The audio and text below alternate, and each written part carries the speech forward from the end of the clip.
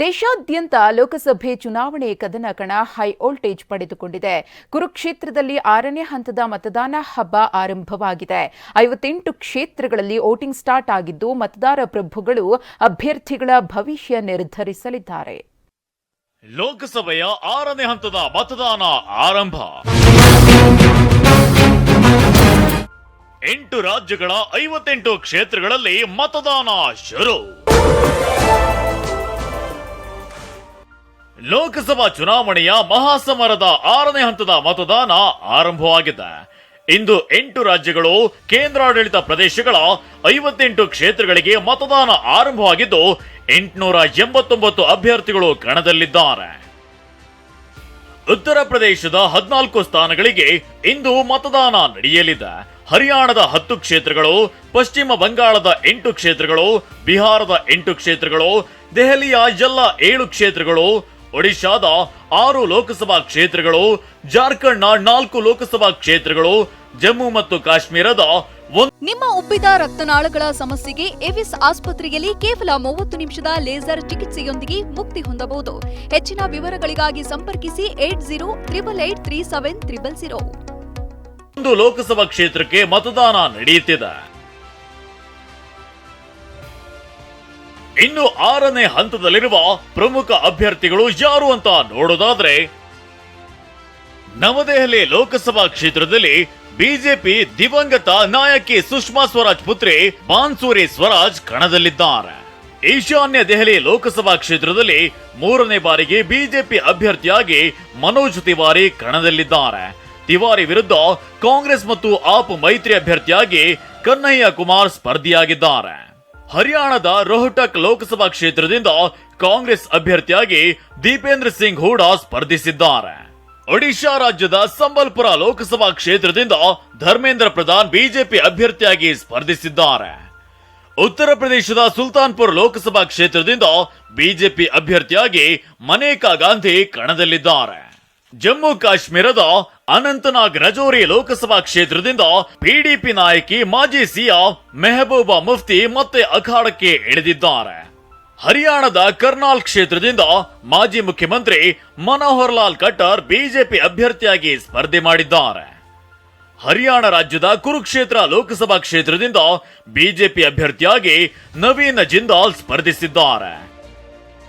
ಈ ಎಲ್ಲಾ ಘಟಾನುಘಟಿಗಳು ಸೇರಿದಂತೆ 889 ಅಭ್ಯರ್ಥಿಗಳ ಭವಿಷ್ಯವನ್ನ ಮತದಾರ ಬರೆಯುತ್ತಿದ್ದಾನೆ.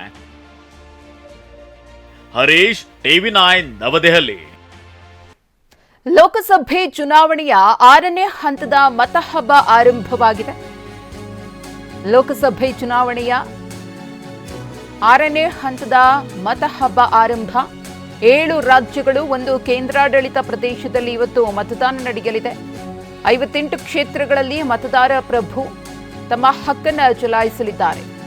ಬಿಹಾರದ 8 ಕ್ಷೇತ್ರ, ಹರಿಯಾಣದ ಎಲ್ಲಾ 10 ಲೋಕಸಭಾ ಕ್ಷೇತ್ರಗಳಿಗೆ ಇವತ್ತು ವೋಟಿಂಗ್ ನಡೆಯುತ್ತೆ. ಹಾಗೆಯೇ ಜಮ್ಮು ಕಾಶ್ಮೀರದ 1 ಕ್ಷೇತ್ರ, ಜಾರ್ಖಂಡ್ನ 4, ಉತ್ತರ ಪ್ರದೇಶದ 14 ಕ್ಷೇತ್ರಗಳು, ಒಡಿಶಾದ 6 ಲೋಕಸಭಾ ಕ್ಷೇತ್ರಗಳು, ಪಶ್ಚಿಮ ಬಂಗಾಳದ 8 ಮತ್ತು ದೆಹಲಿಯ 7 ಕ್ಷೇತ್ರಗಳಲ್ಲಿ ಇವತ್ತು ಮತದಾನ ನಡೆಯುತ್ತೆ. ಚುನಾವಣಾ ಅಖಾಡದಲ್ಲಿ ಒಟ್ಟು 889 ಅಭ್ಯರ್ಥಿಗಳಿದ್ದಾರೆ. 58 ಲೋಕಸಭಾ ಕ್ಷೇತ್ರಗಳಲ್ಲಿ 1.14 ಲಕ್ಷ ಮತಗಟ್ಟೆ ನಿರ್ಮಾಣ ಮಾಡಲಾಗಿದ್ದು, 11.4 ಲಕ್ಷ ಮತಗಟ್ಟೆ ಅಧಿಕಾರಿಗಳನ್ನ ನೇಮಕ ಮಾಡಲಾಗಿದೆ. ಹಾಗೆಯೇ 5.84 ಕೋಟಿ ಪುರುಷರು ಮತದಾನವನ್ನ ಮಾಡಲಿದ್ದು, 5.29 ಕೋಟಿ ಮಹಿಳಾ ಮತದಾರರಿದ್ದಾರೆ. ಈ ಕುರಿತು ಮತ್ತಷ್ಟು ಮಾಹಿತಿಯನ್ನು ಕೊಡೋದಕ್ಕೆ ನಮ್ಮ ಪ್ರತಿನಿಧಿ ಹರೀಶ್ ಇದೀಗ ನೇರ ಸಂಪರ್ಕದಲ್ಲಿದ್ದಾರೆ.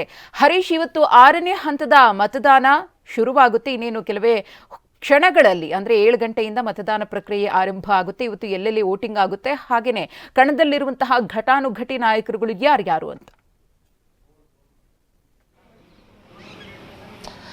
ಹೌದು ಮಧುಶ್ರೀ, ದೇಶಾದ್ಯಂತ ಲೋಕಸಭಾ ಚುನಾವಣೆ ನಡೀತಾ ಇದೆ. 5 ಹಂತಗಳಿಗಾಗಲೇ ಮುಕ್ತಾಯ ಆಗಿರುವಂತಹದ್ದು.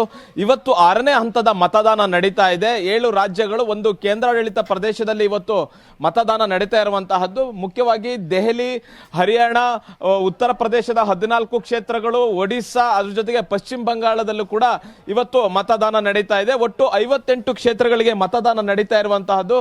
ಈ 58 ಕ್ಷೇತ್ರಗಳ ಪೈಕಿ ಹರಿಯಾಣದ ಎಲ್ಲಾ ಕ್ಷೇತ್ರಗಳಲ್ಲೂ, ಎಲ್ಲ 10 ಕ್ಷೇತ್ರಗಳಲ್ಲಿ ಇವತ್ತು ಮತದಾನ ನಡೀತಾ ಇದೆ. ದೆಹಲಿಯ ಎಲ್ಲ 7 ಕ್ಷೇತ್ರಗಳಲ್ಲೂ ಕೂಡ ಇವತ್ತು ಮತದಾನ ನಡೀತಾ ಇರುವಂತಹದ್ದು. ನಾನೀಗ ದೆಹಲಿಯ ಮತಗಟ್ಟೆಯಲ್ಲಿದ್ದೀನಿ, ಗೋಲ್ ಮಾರ್ಕೆಟ್ ನ ಬಳಿ ಇರತಕ್ಕಂತಹ ಮತಗಟ್ಟೆಯಲ್ಲಿದ್ದೀನಿ. ಇಲ್ಲಿ ಹೇಗೆ ವ್ಯವಸ್ಥೆಯನ್ನ ಮಾಡ್ಕೊಳ್ಳಲಾಗಿದೆ, ಮತದಾನ ಆರಂಭ ಆಗ್ತಿರೋದ್ರ ಬಗ್ಗೆ ಮಾಹಿತಿಯನ್ನ ಕೊಡ್ತಾ ಹೋಗ್ತೀವಿ. ನೋಡ್ತಾ ಇರ್ಬೋದು, ಈಗಾಗಲೇ ಗೇಟ್ ಈಗಷ್ಟೇ ಓಪನ್ ಆಗಿದೆ. 7 ಗಂಟೆಗೆ ಆಗಿರೋದ್ರಿಂದ ಈಗಷ್ಟೇ ಗೇಟ್ ಓಪನ್ ಆಗಿದೆ.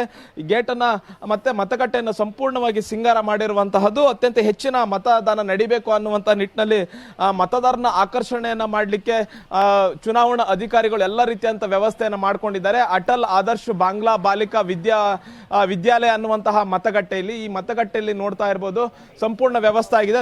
ಒಳಗಡೆ ಈಗ ಮತವನ್ನ ಹಾಕ್ಲಿಕ್ಕೆ ಎಲ್ಲರನ್ನ ಈಗ ಒಳಗಡೆ ಬಿಡ್ತಾ ಇರುವಂತಹದನ್ನ ನೋಡ್ತಾ ಇರ್ಬೋದು. ನಾನು ಇಲ್ಲಿ ಮಾತಾಡಿಸ್ತಾ ಹೋಗ್ತೀನಿ. ಸರ್, इस बार कौन से मुद्दे पे वोट डाल रहे हो? भ्रष्टाचार। आप बोलिए सर, कौन से मुद्दे भ्रष्टाचार। कौन से मुद्दे पे वोट, विकास कौन से मुद्दे पे वोट डाल रहे हो सर? मैडम, देश का उत्थान, देश का गौरव के लिए। आपको कैसे बताएं? बताए कौन सी मुद्दे पे वोट डाल रहे हो? ಭ್ರಷ್ಟಾಚಾರ ಹಾಗೂ ದೇಶದ ಉದ್ಧಾರಕ್ಕಾಗಿ, ದೇಶದ ಭವಿಷ್ಯಕ್ಕಾಗಿ ಮತ ಹಾಕ್ತಾ ಇದೀವಿ ಅನ್ನುವಂತಹದನ್ನ ಹೇಳ್ತಾ ಇದ್ದಾರೆ. ಇನ್ನೇನು ಮತಗಟ್ಟೆ ಓಪನ್ ಆಗಿರುವಂತಹದ್ದು, ಎಲ್ಲ ಮತದಾರರು ಕೂಡ ಒಳಗೆ ಹೋಗ್ತಾ ಇದ್ದಾರೆ. ಮತದಾನವನ್ನ ಮಾಡ್ಲಿಕ್ಕೆ ಬೂತ್ ಒಳಗೆ ಹೋಗ್ತಾ ಇದ್ದಾರೆ. ಮುಖ್ಯವಾಗಿ ದೆಹಲಿಯ ಎಲ್ಲ ಕಡೆ ಕೂಡ ಈಗ ಮತದಾನ ಆರಂಭ ಆಗಿರುವಂತಹದ್ದು. ದೇಶದ 58 ಕ್ಷೇತ್ರಗಳಲ್ಲಿ ಮತದಾನ ನಡೀತಾ ಇದೆ. ದೆಹಲಿಯಲ್ಲಿ ಬಹುಮುಖ್ಯವಾಗಿ ಆಮ್ ಆದ್ಮಿ ಪಕ್ಷ ಹಾಗೂ ಕಾಂಗ್ರೆಸ್ ಒಟ್ಟಾಗಿ ಈ ಸಲ ಚುನಾವಣೆಯನ್ನ ಸ್ಪರ್ಧಿಸ್ತಾ ಇರುವಂತಹದ್ದು. ಮೈತ್ರಿ ಮಾಡಿಕೊಂಡು ಆಮ್ ಆದ್ಮಿ ಪಕ್ಷ 4 ಕ್ಷೇತ್ರಗಳಲ್ಲಿ ಸ್ಪರ್ಧೆ ಮಾಡಿದ್ರೆ, ಕಾಂಗ್ರೆಸ್ 3 ಕ್ಷೇತ್ರಗಳಲ್ಲಿ ಸ್ಪರ್ಧೆ ಮಾಡಿ ಬಿಜೆಪಿಯನ್ನು ಎದುರಿಸ್ತಾ ಇರುವಂತಹದ್ದು. ಕಳೆದ ಬಾರಿ 7ಕ್ಕೆ 7 ಸ್ಥಾನಗಳನ್ನು ಕೂಡ ಬಿಜೆಪಿ ಗೆದ್ದಿತ್ತು. ಹರಿಯಾಣದಲ್ಲೂ ಅಷ್ಟೇ ಕಳೆದ ಬಾರಿ 10ಕ್ಕೂ 10 ಸ್ಥಾನಗಳನ್ನ ಬಿಜೆಪಿ ಗೆದ್ದಿತ್ತು. ಈ ಬಾರಿ ಆಮ್ ಆದ್ಮಿ ಪಕ್ಷ ಹಾಗೂ ಕಾಂಗ್ರೆಸ್ ಅಲ್ಲೂ ಕೂಡ ಒಟ್ಟಿಗೆ ಸ್ಪರ್ಧೆ ಮಾಡಿರುವಂತಹದ್ದು. 1 ಕ್ಷೇತ್ರದಲ್ಲಿ ಆಮ್ ಆದ್ಮಿ ಸ್ಪರ್ಧೆ ಮಾಡಿದ್ರೆ 9 ಕ್ಷೇತ್ರದಲ್ಲಿ ಕಾಂಗ್ರೆಸ್ ಸ್ಪರ್ಧೆ ಮಾಡಿರುವಂತಹದ್ದು. ಉತ್ತರ ಪ್ರದೇಶದ ಪೂರ್ವಾಂಚಲ್ನಲ್ಲಿ ಬರ್ತಕ್ಕಂತ 14 ಕ್ಷೇತ್ರಗಳಲ್ಲಿ ಕೂಡ ಇವತ್ತು ಮತದಾನ ನಡೀತಾ ಇದೆ. ಅದರಲ್ಲಿ ಬಹುಮುಖ್ಯವಾಗಿ ಮನೇಕಾ ಗಾಂಧಿ ಅವರು ಸ್ಪರ್ಧೆ ಮಾಡಿರ್ತಕ್ಕಂತಹ ಸುಲ್ತಾನ್ಪುರ್ನಲ್ಲೂ ಕೂಡ ಇವತ್ತು ಮತದಾನ ನಡೀತಾ ಇದೆ. ಬಹುಮುಖ್ಯವಾಗಿ ಇವತ್ತು ನವದೆಹಲಿಯಲ್ಲಿ ಬಾನ್ಸುರಿ ಸ್ವರಾಜ್ ಅಂದ್ರೆ ಸುಷ್ಮಾ ಸ್ವರಾಜ್ ಅವರ ಪುತ್ರಿ ಬಿಜೆಪಿಯಿಂದ ಸ್ಪರ್ಧೆ ಮಾಡಿದ್ದಾರೆ. ಘಟಾನುಘಟಿಗಳ ನಾಯಕರನ್ನ ನೋಡ್ತಾ ಹೋಗೋದಾದ್ರೆ ಮಧುಶ್ರೀ. ಧನ್ಯವಾದ ಹರಿ.